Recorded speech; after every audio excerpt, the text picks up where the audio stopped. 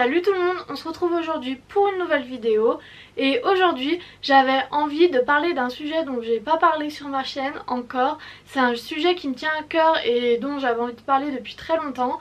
Donc comme vous l'avez vu dans le titre, aujourd'hui j'avais envie de parler de foot féminin, de Ligue des Champions féminine et pour ça je voulais évoquer la double confrontation entre le Paris Saint-Germain et l'Olympique Lyonnais féminin. Et donc voilà, on est parti sur ce sujet là pour cette vidéo. Comme d'habitude, avant de vraiment rentrer dans le vif du sujet, vous pouvez vous abonner, laisser un pouce bleu et voilà, je vous laisse avec le générique et on se retrouve juste après.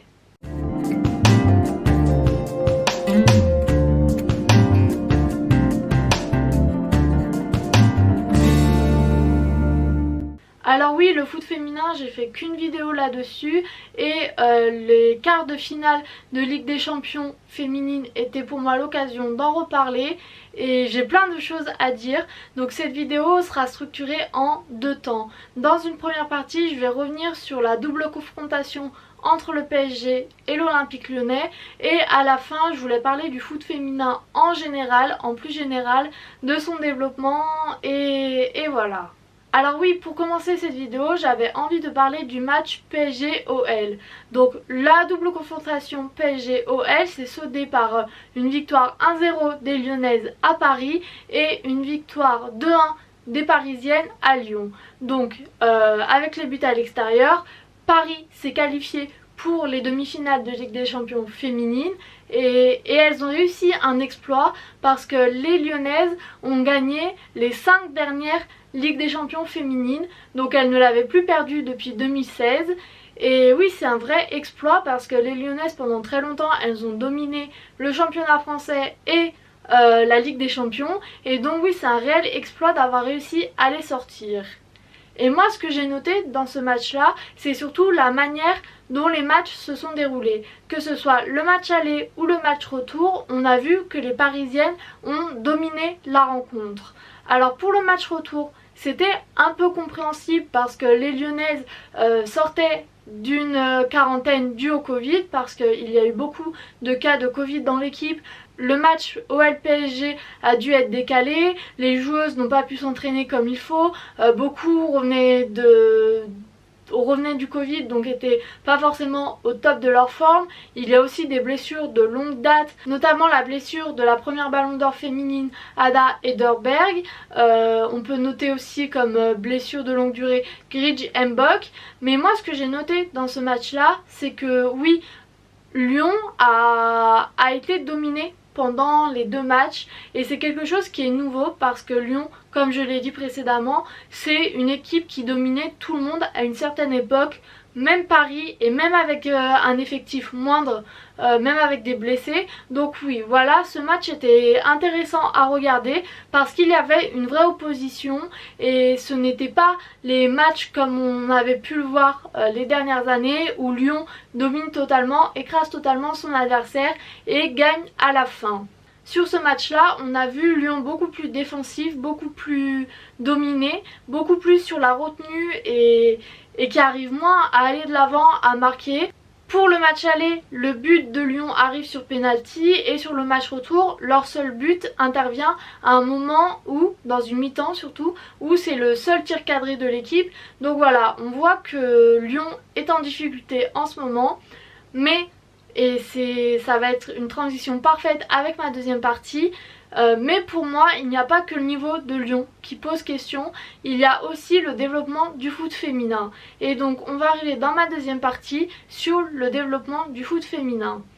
Parce que oui, le foot féminin a beaucoup été critiqué pour son niveau de jeu, pour ses joueuses pas assez techniques, pour ses joueuses qui ne sont pas aussi fortes que les joueurs masculins, mais c'est vrai que ces derniers temps je trouve que le niveau s'est développé assez vite, puisque comme je l'ai dit, Lyon a été dominé tout le match et le PSG c'est quelque chose qu'il n'arrivait pas à faire il y a encore 3-4 ans de cela. C'est vraiment une équipe qui n'arrivait pas à concurrencer l'OL et en ce moment, que ça soit en Ligue des Champions ou en championnat, le PSG concurrence l'OL et concurrence très bien. Et on l'a vu lors des matchs de Ligue des Champions, le PSG a des vraies bonnes joueuses, a des joueuses qui savent mener une équipe, qui savent marquer des buts, qui savent défendre.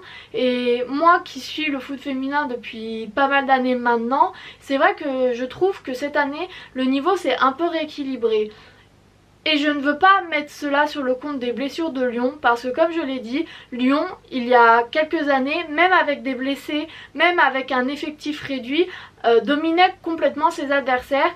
Et on voit que cette année, par rapport au Paris Saint-Germain, ce n'est plus le cas. Avec des blessés, c'est compliqué et pour moi, ça montre que le niveau du Paris Saint-Germain a augmenté. Bien sûr, ce n'est toujours pas le niveau des garçons parce que le niveau des clubs masculins, c'est des clubs qui sont là depuis pas mal d'années, c'est un foot qui se développe depuis des années et des années, mais pour moi le foot féminin arrivera à atteindre un très bon niveau, c'est juste que le foot féminin est beaucoup plus jeune que le foot masculin, donc oui forcément il faut plus de temps pour le développer, il faut plus de temps, d'argent pour arriver à un niveau supérieur, mais ça en prend petit à petit le chemin. On voit par exemple que Jean-Michel Aulas à Lyon est l'un des précurseurs qui a mis beaucoup d'argent dans son équipe de foot féminin et cet investissement paye puisque l'OL est aujourd'hui une des meilleures équipes du monde.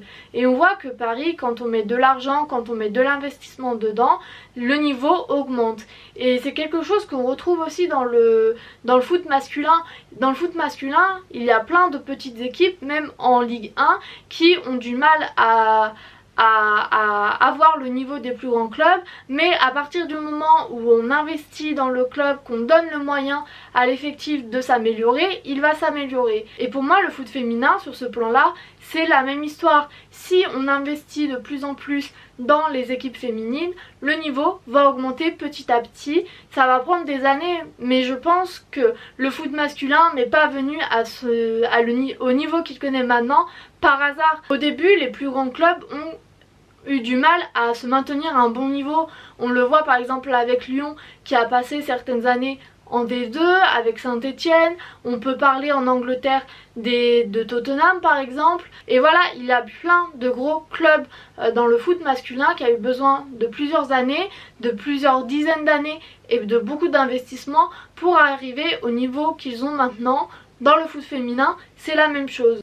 Oui, aujourd'hui le foot féminin n'a pas le même niveau que le foot masculin, mais on investit petit à petit.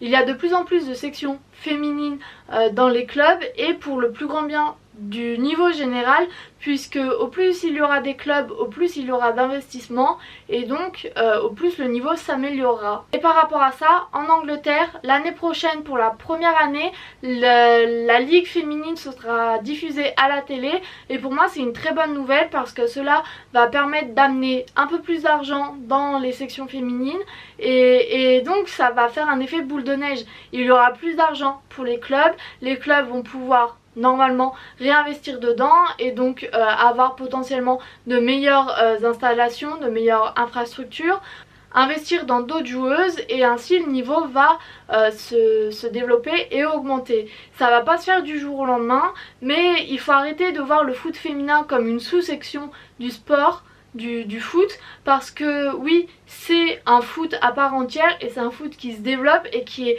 très intéressant à suivre et à regarder. Donc voilà pour cette vidéo, c'est peut-être une vidéo un peu plus courte que d'habitude, mais en tant que femme, en tant que fille, j'avais envie de parler du foot féminin parce que c'est un foot que j'aime regarder, c'est des joueuses que j'aime voir jouer et c'est un football qui se développe continuellement et que j'espère voir se développer de plus en plus pour atteindre un niveau un peu plus homogène parce que c'est vrai qu'en ce moment on est beaucoup dominé par Lyon et Paris et j'aimerais voir émerger d'autres équipes en France, en Angleterre, donc voilà. J'espère que cette vidéo vous aura plu et quant à moi je vous dis à bientôt pour une nouvelle vidéo et salut!